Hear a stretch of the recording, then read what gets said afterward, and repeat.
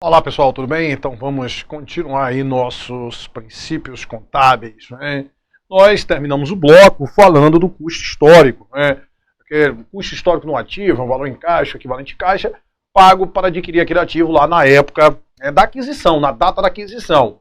Mas os bens, quando eles integraram lá, né, o ativo e o passivo, eles não vão ficar com aqueles valores indefinidamente. A gente tem as variações do custo histórico.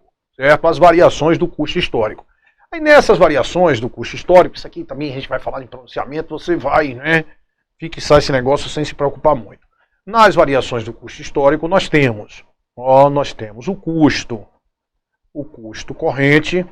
Ah, Silvio, isso estava na resolução, isso foi revogado. Estava, beleza. Mas a gente está falando do princípio, o registro pelo valor original, certo? E se eu estou falando do registro pelo valor original, isso aqui são variações do custo histórico independente de resolução, certo?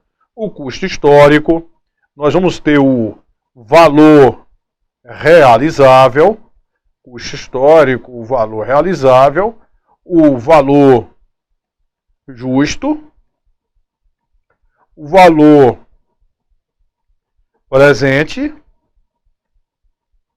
e a atualização monetária, que esse aqui era princípio, né? Era o sétimo princípio que nós tínhamos e ele foi revogado porque hoje ele vai ser uma variação desse custo histórico. Atualização monetária. Certo? Então, o custo corrente, por exemplo, pessoal, de um ativo, certo? É o valor em caixa ou equivalente caixa, o custo corrente de um ativo. É o valor de caixa ou equivalente caixa. Para adquirir o ativo, o valor pago para adquirir, o ativo na época das demonstrações contábeis. O custo corrente também, você pode ter essa definição de custo corrente do passivo. E o custo corrente do passivo é o valor para você liquidar a obrigação, quando o Silvio liquidar a obrigação também lá na época das demonstrações contábeis, certo? Pago para adquirir lá na época das demonstrações e para liquidar a obrigação na época das demonstrações. Quanto é na época das demonstrações para eu adquirir? Tanto, aquele é o custo corrente, certo? Esses dois aqui sempre a gente vai ver que é não descontado, né? Se há demonstrações, ainda falta um tempo, faltar 6 meses, você não vai descontar isso aí para chegar o valor naquele momento, o valor presente não. Aqui é não descontado. A grande coisa do custo corrente é isso aí, é o valor pago para adquirir o ativo na época das demonstrações contábeis. Quando o passivo, o valor para liquidar a obrigação na época das demonstrações contábeis. Valor realizável de um ativo e valor realizável do passivo. Certo? O valor realizável do ativo já é diferente.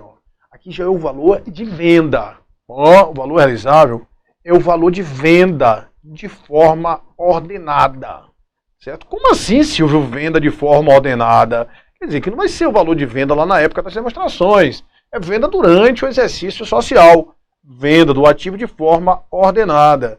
O valor realizável do passivo é o valor para você liquidar a obrigação, mas não na época das demonstrações contábeis. Liquidar a obrigação no curso normal dos negócios. No curso normal quer dizer durante o exercício social. No curso normal dos negócios. Beleza, certo? Valor justo. Valor justo, esses aqui também são não descontado. Não descontado. Beleza. O valor justo é o valor pelo qual um ativo pode ser trocado, um passivo negociado entre partes independentes, conhecedoras do negócio, uma transação sem favorecimento, certo? Isso era o que estava lá, a gente vai ver, né, esse conceito de valor justo, como é que o pronunciamento trata esse valor justo. É o valor, né, ativo é negociado, passivo trocado, entre partes independentes, conhecedoras do negócio, é uma transação sem favorecimento. Então, se você for olhar, o valor justo é o valor de quê, Silvio? É o valor de mercado. O valor justo é o valor de mercado. É o valor pelo qual um ativo pode ser trocado, um passivo negociado entre partes independentes, conhecedoras do negócio, uma transação sem favorecimento. Certo? Entendo o valor justo aqui como o valor de mercado. Esse aqui também é não descontado, certo? Não descontado, certo? Pessoal, vou falar aqui desses 4 que nós vimos, nós falamos do custo histórico. O custo histórico, se você for olhar, é o valor pago para adquirir um ativo na época das demonstrações contábeis.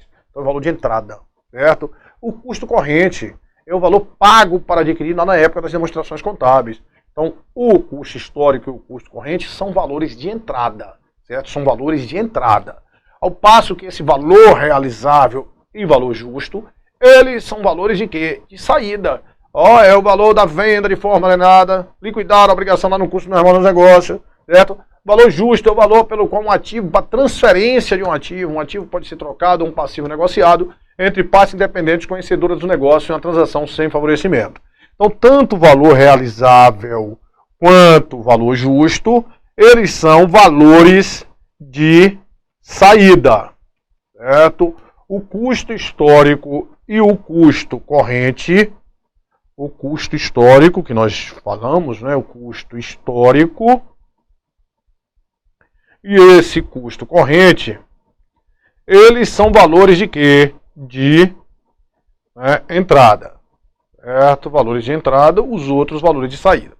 Mas isso aqui é muito importante, aqui a gente fazer um comentário, você ficar logo esperto, valor realizável e valor justo. Valor justo é o valor de mercado. Então, o valor justo independe de ser empresa A, empresa B, empresa C, é aquele valor ali, né? Se eu quero saber um Corolla, né, 2017, 2016, Corolla 2016. Qual é o valor de mercado de um Corolla 2016? Você vai lá, olha o quê? Olha a tabela FIPE. Certo? Então ali é o valor justo, é o valor pelo qual um Corolla pode ser vendido, um ativo negociado, entre partes dependentes conhecedoras do negócio em uma transação sem favorecimento. O valor justo é um valor que é comum. Né?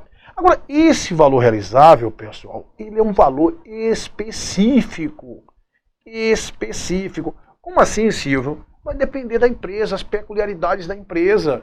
Muitas vezes, isso aqui, se ele vai vender numa transação não forçada. Então, se o Corolla você pegou, sabe que o valor de mercado dele é 70 mil aqui, tabela FIPE, aquele é o valor de mercado. Mas muitas vezes eu tenho uma loja que eu vendo carro, certo? E eu sei que por 70 mil eu não vou vender aquele carro. Não vou vender aquele carro. Aí eu pego e coloco ele, né, por 65. 65 é o meu valor realizável. Certo? É o valor realizável. Muitas vezes, olha só, eu até sou forçado a vender porque eu estou precisando de dinheiro. Então aí, se você está sendo forçado a vender mais barato, pessoal, aquilo não é o valor justo do bem. Aquilo não é o valor justo do bem. Certo? Então, o valor realizável ele depende, é um valor específico para cada empresa. Depende das peculiaridades de cada uma empresa. Certo? Então, o valor específico para a empresa A, o valor realizável para a empresa A, é diferente do valor realizável para a empresa C. Por quê? Porque muitas vezes ele tem para vender, ele precisa de despesas, de outros tipos de despesas, né? Então tem as peculiaridades de cada um. Ao passo que o valor justo não. O valor justo para A é o mesmo valor justo para C, certo? É uma coisa que é comum. O valor realizável é uma coisa específica. Beleza. Aí nós temos aí o valor presente. Valor presente. E que de acha valor presente, Silvio, de um ativo e de um passivo. Certo? Valor presente de um ativo é o valor em caixa ou equivalente de caixa, né? descontado do fluxo futuro de entrada de caixa. Certo? É o valor em caixa ou equivalente de caixa descontado. Bota uma coisa na tua cabeça, que o único desses aqui, da variação do custo histórico, que vai ser descontado, vai ser o quê? Vai ser o valor presente, certo? O único que é descontado. Todos os outros aí vão ser o quê? Todos os outros vão ser não descontado. Todos os outros não descontado. Perfeito, esse é o único descontado. E descontado do fluxo de entrada futura de caixa, do fluxo futuro de entrada, do fluxo de entrada futura de caixa. E o passivo muda o que, Silvio? O passivo é a mesma coisa, só que o passivo, valor em caixa ou equivalente de caixa, ó, descontado do fluxo, né, futuro, o fluxo de saída futura, fluxo de saída, né, futura de caixa. Como assim, Silvio? Até você falou aí, mas não entendi, foi zorra nenhuma, né? Muitas vezes você tem lá uma duplicata a receber no seu ativo, certo? Ou uma duplicata a pagar no seu passivo. Essa duplicata a receber está lá com um valor de 130 mil e essa duplicata a pagar está lá com um valor de 350 mil. Pessoal, essa duplicata a receber, se essa venda fosse para você receber hoje, você receberia quanto? 100 mil. Então, claro que foi, né, você cobrou juros, porque você está cobrando vendendo por 130. Se eu fosse receber hoje era 100 mil. Então, isso aqui ele vai ficar ajustado aí a valor presente de 30 mil, porque se eu fosse vender hoje era 100 mil, certo? E essa duplicata a pagar, que eu estou devendo 350 mil, se eu fosse pagar hoje eu pagava 300 mil. Então, isso aqui vai ficar também ajustado ao valor presente no valor de 50 mil. Se liga, né? Olha só, então, eu fosse pagar hoje, pagaria quanto? 100 mil. Então, eu receberia 100 mil. Então, o que ele diz, caixa equivalente de caixa, é descontado do fluxo futuro de entrada. Esse fluxo aqui de 30 mil vai ser um fluxo que vai entrar no futuro. Aí eu estou descontando para trazer isso aqui o quê? A valor presente. Esse valor de 100 mil vai ser um valor que você vai pagar no futuro. Certo? A gente desconta aí para achar o valor presente, né? E isso está lá na lei, os direitos e obrigações de longo prazo serão ajustados a valor presente e os de curto prazo que tiverem um que efeito relevante, certo? Então aí nós temos a figura do valor presente, perfeito, né? Perfeito, e além do valor presente nós temos aí a atualização monetária. O que é essa atualização monetária? A atualização monetária é você reconhecer a perda do poder da moeda nacional, ó, nas demonstrações contábeis. Reconhecer a perda, né, do poder da moeda nacional nas demonstrações contábeis, certo? Beleza, então reconhecer essa perda do poder da moeda nacional das demonstrações contábeis e atualização monetária. Atualização monetária não significa nova avaliação, não, pessoal. Não, é somente para que aquele, né, seja mantido com o mesmo poder intrínseco dele. Porque o que acontece? Por exemplo, você tem, né, determinado valor que se tiver, né, um índice, alguma coisa, se tiver uma inflação, ele vai perdendo o valor mesmo. Atualização é justamente isso, reconhecer a perda do poder da moeda nacional, não é moeda estrangeira não, na moeda nacional das demonstrações contábeis. Muitas vezes você pode estar pensando, Silvio, mas isso é correção monetária? Não. Correção monetária foi extinta em 96 com a lei 9.430, certo? A correção monetária ela atingia lá um ativo que a gente tinha, que era o ativo permanente, e o PL da empresa. A correção monetária era decorrente de lei. A atualização monetária, não. Isso aqui é decorrente de quê? De contrato entre as partes. Então a gente pode ter uma obrigação que ela seja atualizada por determinado índice, certo? Ali ele vai sofrer o quê? Uma atualização monetária, certo? Ou eu posso ter um direito que vai sofrer uma atualização, né, de determinado índice, né, de determinado índice. A gente tem ali uma atualização monetária de um direito, ou a gente pode ter uma atualização monetária de uma obrigação. Tranquilo, né?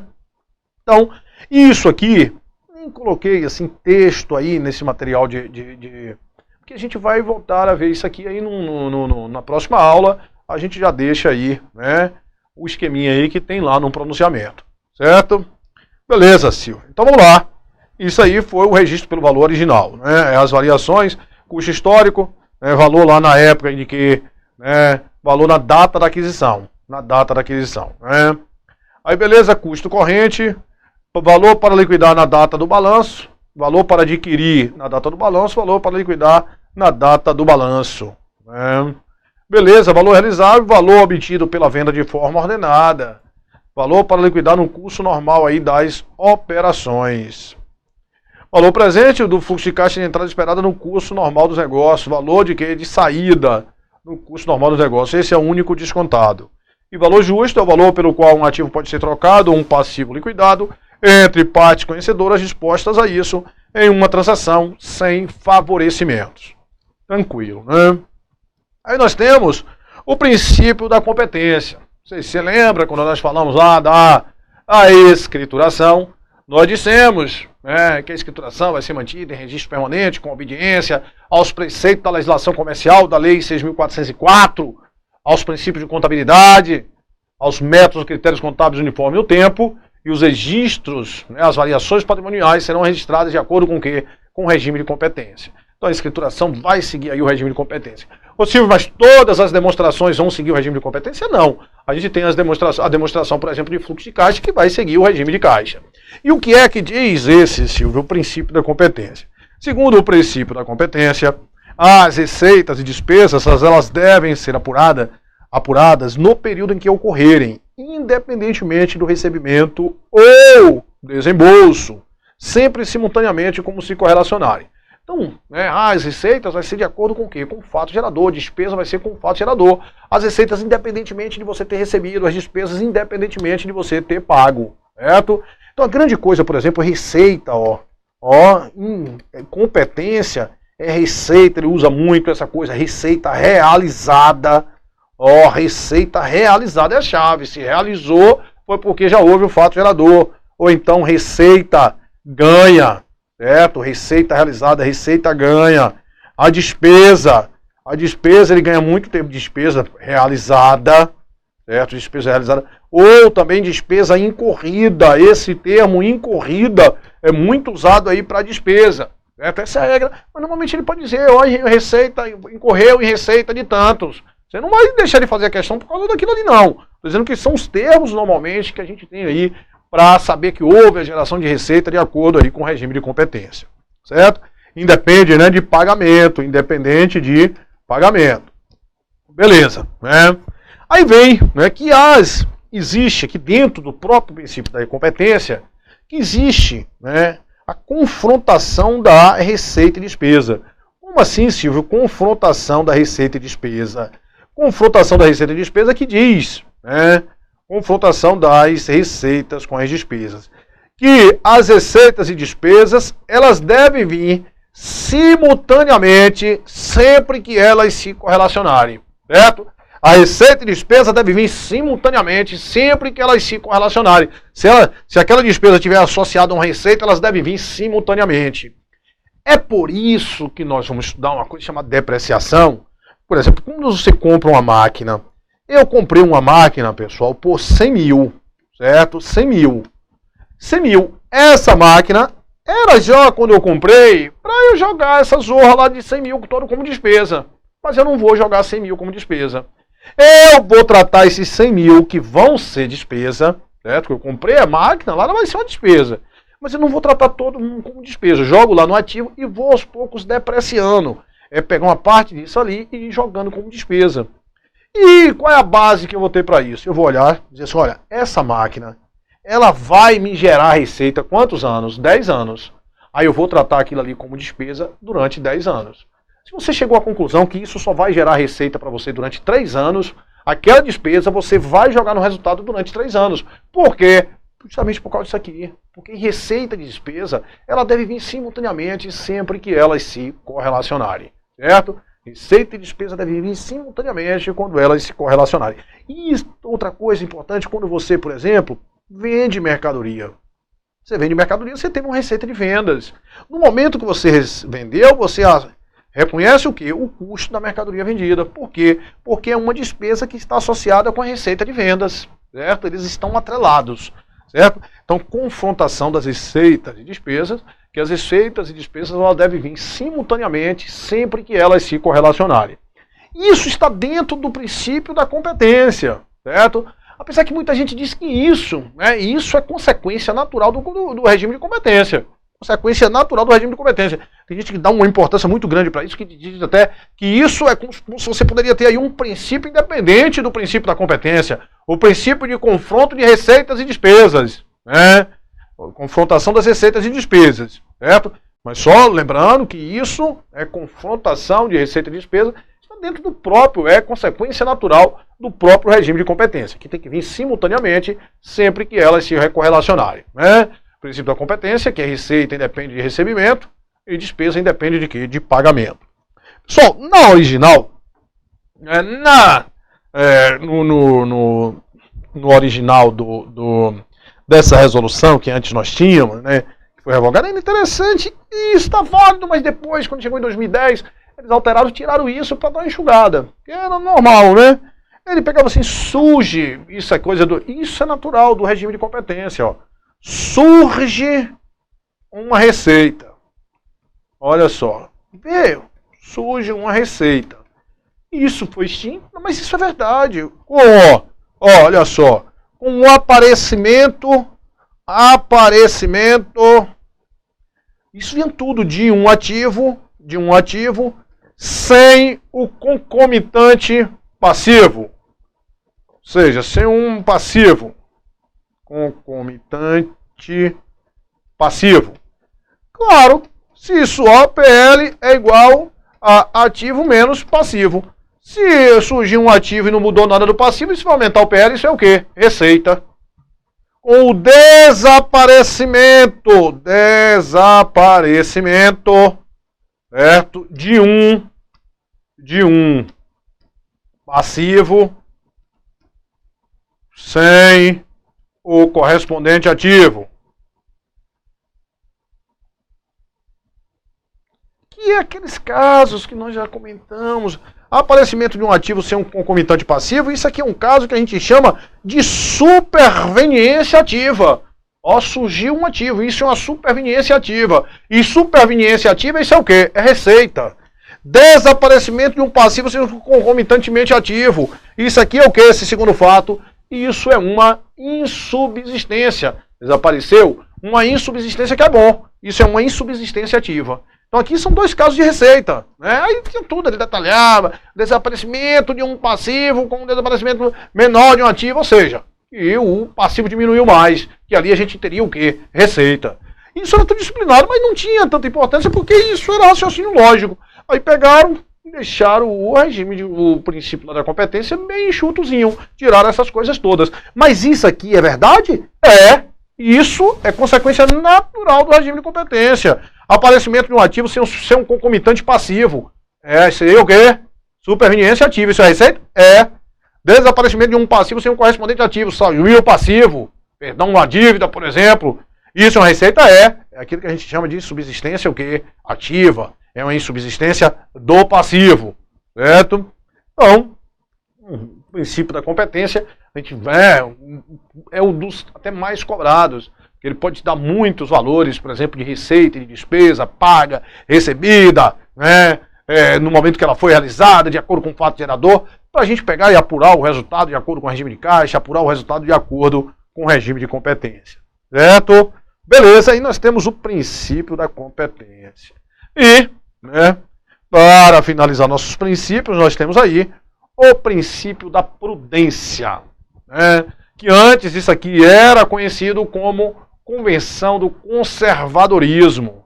Convenção do Conservadorismo.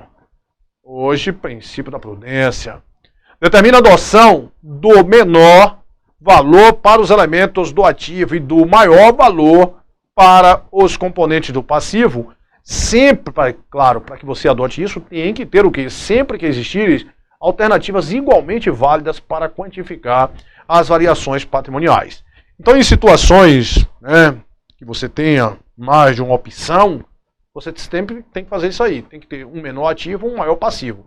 De tal forma que você tenha o quê? Um menor PL. Isso é o que diz o princípio da prudência. Certo? Mas, claro, para isso tem que ser o quê? Situações igualmente aceitas. Menor ativo, maior passivo, de forma que você tenha um menor PL. Você tem que ser conservador. Então, para evitar que você tenha ativos, tem que se evitar Ativos e receitas superavaliadas. Superavaliadas, evitar isso aqui. Ativos e receitas superavaliadas. E evitar passivos e despesas subavaliados. Certo?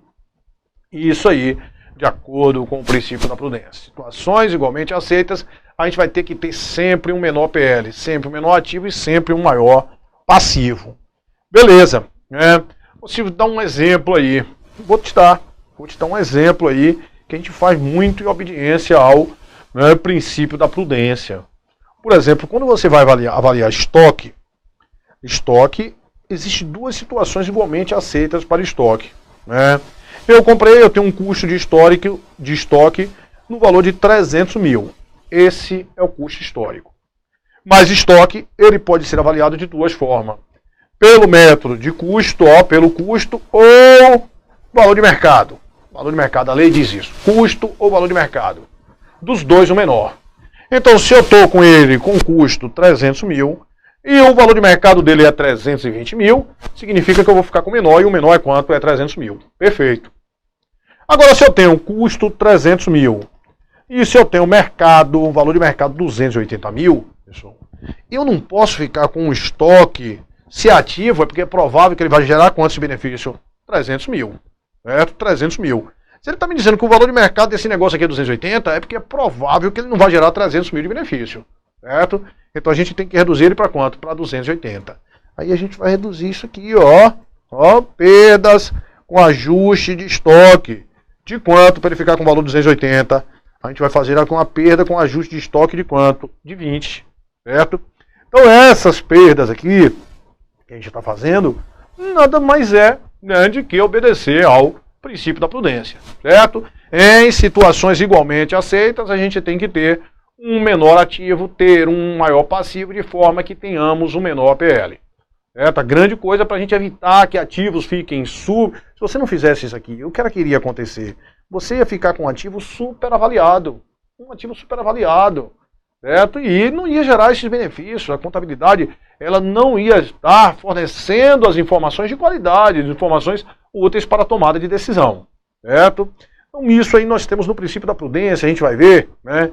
E lá, toda vez que a gente tem uma determinadas situações que a gente acredita que pode perder um litígio, por exemplo, que seja provável que você vai perder, você antecipa aquela perda, você reconhece lá uma provisão, certo? A gente vai reconhecer, por exemplo, uma provisão para contingência. Então essas provisões hoje vão ser todas contas do passivo. E quando você reconhece uma provisão, pessoal, né, existe uma incerteza na provisão, certo?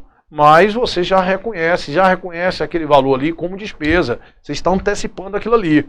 Porque você está atendendo a quem? A gente está atendendo ao princípio da prudência. Que o que é que o princípio da prudência diz? Situações igualmente aceitas, a gente tem que ter um menor ativo e um maior passivo. Então aqui a gente está diminuindo o ativo e aqui a gente está fazendo o que com o passivo? Aumentando o passivo. De tal forma que a gente tenha um menor PL. Tranquilo? Então beleza, então não quero mais ouvir você falar que não existem os princípios contábeis. Os princípios contábeis continuam existindo, né? E está aí para a gente mostrar para vocês aí nas questões, várias questões aí atualizadas aí já de 2017. Beleza? Então a gente toma água e volta já já aí na sequência resolvendo as questões.